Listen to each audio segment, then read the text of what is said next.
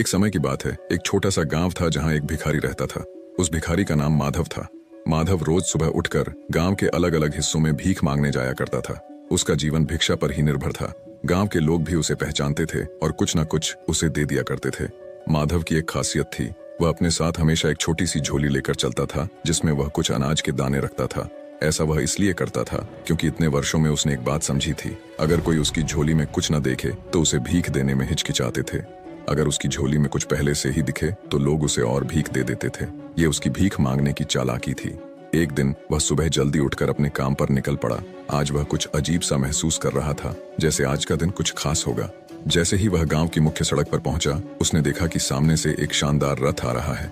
रथ की चमक और उसकी सुंदरता देखकर माधव को समझ में आ गया कि यह राजा का रथ है। माधव ने सोचा, वाह, आज तो किस्मत खुल गई। अगर राजा की नजर मुझ पर पड़ गई और उसने कुछ दे दिया तो मेरी जिंदगी ही बदल जाएगी। वह जल्दी से सड़क के किनारे खड़ा हो गया और राजा के रथ के पास से गुजरने का इंतजार करने लगा। जैसे ही रथ उसके पास पहुंचा, कुछ अजीब हुआ। रथ उसके पास आकर रुक गया। माधव हैरान रह गया। उसकी आंखें चौड़ी हो गईं जब उसने देखा कि राजा खुद रथ से उतरा और उसकी ओर बढ़ने लगा। अब उसकी कल्पनाएं और तेज हो गईं। उसने सोचा, अरे, आज तो मैं राजा से कुछ मांगने जा रहा हूँ। शायद वह मुझे ढेर सारा सोना, चांदी या कोई बड़ी चीज दे देगा। लेकिन तभी एक और चमत्कार हुआ। राजा ने अपनी झोली उठाई और उसे माधव के सामने फैला दी। माधव की आंखें फटी की फटी रह गईं। उसने सोचा, यह क्या? राजा मुझसे भीख मांग रहा है। राजा ने विनम्रता से कहा, भाई, मुझ पर दया करो और मुझे कुछ भिक्षा दे दो। माधव को विश्वास नहीं हो रहा था। उसने सोचा, यह तो उल्टा हो गया। राजा मुझसे भीख मांग रहा है। लेकिन राजा ने उसकी ओर देखते हुए कहा, यह मेरे लिए बहुत महत्वपूर्ण है। हमारे राज्य पर एक संकट आ रहा है और राज ज्योतिषियों ने कहा है कि अगर मैं इस संकट से बचना चाहता हूँ तो मुझे पहले व्यक्ति से भीख मांगनी होगी जिसे मैं आज सुबह देखूं, और तुम वह व्यक्ति हो। कृपया मुझे कुछ दान दो। अब माधव असमंजस में था। वह सोचने लगा, क्या मैं राजा को कुछ दे दूं? लेकिन मैं खुद तो एक भिखारी हूँ।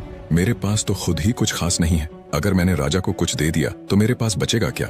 काफी सोच विचार के बाद उसने अपनी झोली से एक छोटा सा अनाज का दाना निकाला और राजा की झोली में डाल दिया। राजा ने मुस्कुराते हुए सिर झुकाया और अपनी झोली बंद कर ली। फिर वह वापस अपने रथ की ओर चला गया। माधव ने देखा कि राजा तो बिना कुछ बोले चला गया, लेकिन उसके मन में खट्टापन था। वह सोचने लगा, क्या मैंने सही किया? राजा खुद भी तो इतना अमीर है, वह मुझे कुछ मूल्यवान दे सकता था। और मन ही मन राजा को बुरा भला कहने लगा। दिन भर माधव को बहुत भिक्षा मिली। उसकी झोली में अनाज, पैसे और कपड़े भर गए, लेकिन उसके मन में एक अजीब सी बेचैनी थी। उसे राजा से मिलने का मौका मिला था और उसने उस मौके को व्यर्थ जाने दिया। शाम को जब वह घर पहुंचा, उसकी पत्नी ने उसकी ओर देखा और बोली, आज तो तुम्हारा नाम पूरे गांव में फैल गया है। लोग कह रहे हैं कि राजा ने तुमसे भीख मांगी। वाह, तुम कितने महान हो। लेकिन माधव को खुशी नहीं हुई। वह गुस्से से बोला, तुम्हें क्या पता? राजा ने मुझसे भीख मांगी थी।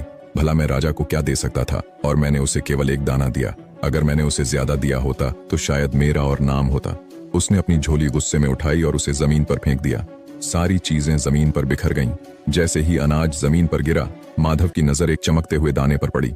यह वही दाना था जो उसने राजा को दिया था और अब वह सोने का बन चुका था। माधव यह देखकर हक्का बक्का रह गया। वह सोचने लगा, अगर मैंने राजा को सिर्फ एक दाना देकर सोने का दाना पाया है, तो अगर मैंने उसे ज्यादा दिया होता तो मेरा पूरा जीवन बदल सकता था। वह जमीन पर बैठ गया और रोने लगा। वह समझ चुका था कि उसने अपनी लालच के कारण एक बड़ा मौका खो दिया। यह कहानी एक बहुत महत्वपूर्ण सीख देती है। हमें अवसरों को पहचानकर बिना स्वार्थ के दान देना चाहिए। माधव की गलती यह थी कि उसने लालच और डर के कारण अपने पास मौजूद चीजों को बांटने से परहेज किया। अगर वह दिल खोलकर राजा को दान देता तो उसे बहुत बड़ा लाभ मिल सकता था। इस कहानी से यह संदेश मिलता है कि जब भी हमें कुछ देने का मौका मिले तो हमें निस्वार्थ भाव से देना चाहिए। यही दान हमें जीवन में असली सफलता और खुशी दिलाता है।